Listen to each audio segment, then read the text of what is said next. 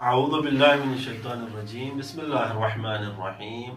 नाज़रीन किराम, आज हम आपके सामने जो मौजू लेकर आए हैं वो ये कि 4 ऐसी चीज़ें जो इंसान की नमाज की कबूलियत में माने हैं। तबन यहाँ पर फ़र्क है कि नमाज की कबूलियत और बरी ज़िम्मा होने में फ़र्क है। यानी अगर कोई इंसान नमाज जिसने पढ़ दी तो वो बरी ज़िम्मा तो हो जाता है, क्योंकि उससे यानी वजूब जो नमाज का है वो साकित हो जाता है। हाँ, ये ज़रूर नहीं है कि जिसका जो बरी ज़िम्मा हो जाए, जिसने पढ़ ली उसकी नमाज कबूल भी हो गई हो। कबूल होने के लिए कुछ शराइत हैं, जो शराइत हम आपके सामने, जिनमें से 4 शराइत हम आपके सामने बयान करना चाहते हैं। कि उनमें से पहली शर्त यह है कि उकूकुल वालिदैन, यानी इंसान आकुल वालिदैन भी न हो। जो शख्स आकुल वालिदैन है, अल्लाह ताला फरमाता है मैं उसकी नमाज कबूल नहीं करता। दूसरी जो शर्त बयान की गई है रिवायात में कि इंसान किसी की गीबत न करे।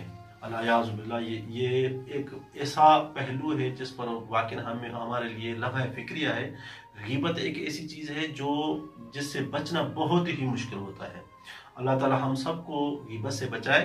इसके लिए अल्लाह ताला के रसूल फरमाते हैं, मन इग़ताब मुस्लिमिन और मुस्लिमतिन ला यक़बलुल्लाहु सलाता वला सियामहु 40 यौमन। यानी जो इंसान जो मुसलमान अपने भाई मुस्लिम यानी मुसलमान की गिबत करता है तो अल्लाह ताला उसके 40 दिन तक ना उसकी नमाज कबूल करता है, ना उसके रोजे कबूल करता है। और तीसरी जो शर्त है वो ये है कि अल इस्तिग़फ़ाफ़ु लिस्सलात, के नमाज को खफीफ ना समझे इंसान।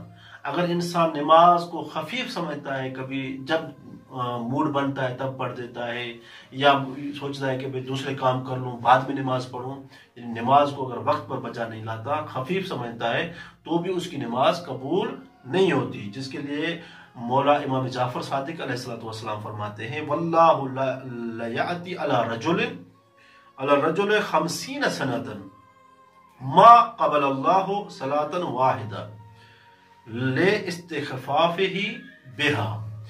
इमाम जाफर सादिक अलैहिस्सलाम फरमाते हैं कि अगर कोई शख्स यानी 50 साल की नमाजें लाए तो अल्लाह ताला उसकी एक नमाज भी कबूल नहीं करता। क्यों? क्योंकि वो नमाज को खफीफ समझता है। आगे मौला फरमाते हैं कि इन्नल्लाह युक़बलुल हसना फ़कैफ़ा युक़बलु मस्तख़फ़ा बिही। तो इमाम फरमाते हैं कि जो अल्लाह ताला इंसान से बेहतर चाहता है, यानी बेहतर चाहता है, तो कैसे उसकी वो चीज कबूल करेगा जिसको वो खुद खफीफ कर देता है। यानी जिसको वो खुद खफीफ समझता है तो अल्लाह ताला उसकी वो खफीफ चीज कैसे कबूल करेगा। चौथी और आखिरी शर्त, ये भी बहुत अहम शर्त है नाज़रीन किराम। यानी चौथी शर्त कौन सी है कि शुर्बुल खम्र, यानी कोई भी शख्स अगर नमाज पढ़ता है तो वो शारिबुल खम्र ना हो। अगर कोई शख्स शराब भी पीता है तो अल्लाह ताला उसकी नमाज कबूल नहीं करता है। जिसके लिए नबी मुकर्रम फरमाते हैं कि मन शरबल खम्र लम युहतसब सलातहु 40 यौमन। यानी जो शख्स भी एक मरतबा शराब पी ले तो उसके अगले 40 दिन तक अल्लाह ताला उसकी नमाज का हिसाब ही नहीं करता, यानी कबूल नहीं करता, यानी उसकी जैसे नमाज उसने पढ़ी नहीं है। अब यहाँ पर आखिर में एक यानी तालीक में लगाना चाहता हूँ, आखिरी बात ये बताना चाहता हूँ कि कबूल होना और यानी बरी जिम्मा होना एक अलहदा फर्क है। यानी ऐसा नहीं है कि जो शख्स मसलन किसी भी इन गुनाहों में से, अल्लाह हम सबको इन गुनाहों से बचाए, अगर इन गुनाहों में से किसी एक गुनाह का भी मुर्तकब हो रहा हो, वो समझे कि भाई मेरी नमाज वैसे ही कबूल नहीं हो रही, पढ़ने का क्या फायदा।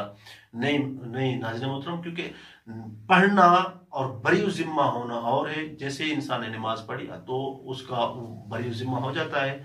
हाँ, कबूल सलात के लिए कुछ शराइत हैं जो जैसे कि हमने बयान किए हैं कि उस पर अमल करें। अल्लाह ताला हम सब की नमाजें कबूल करे और अल्लाह ताला हमको इन फरामीन पर अमल करने की तौफीक अता फरमाए। वमा अलैना इल्लल बलाग।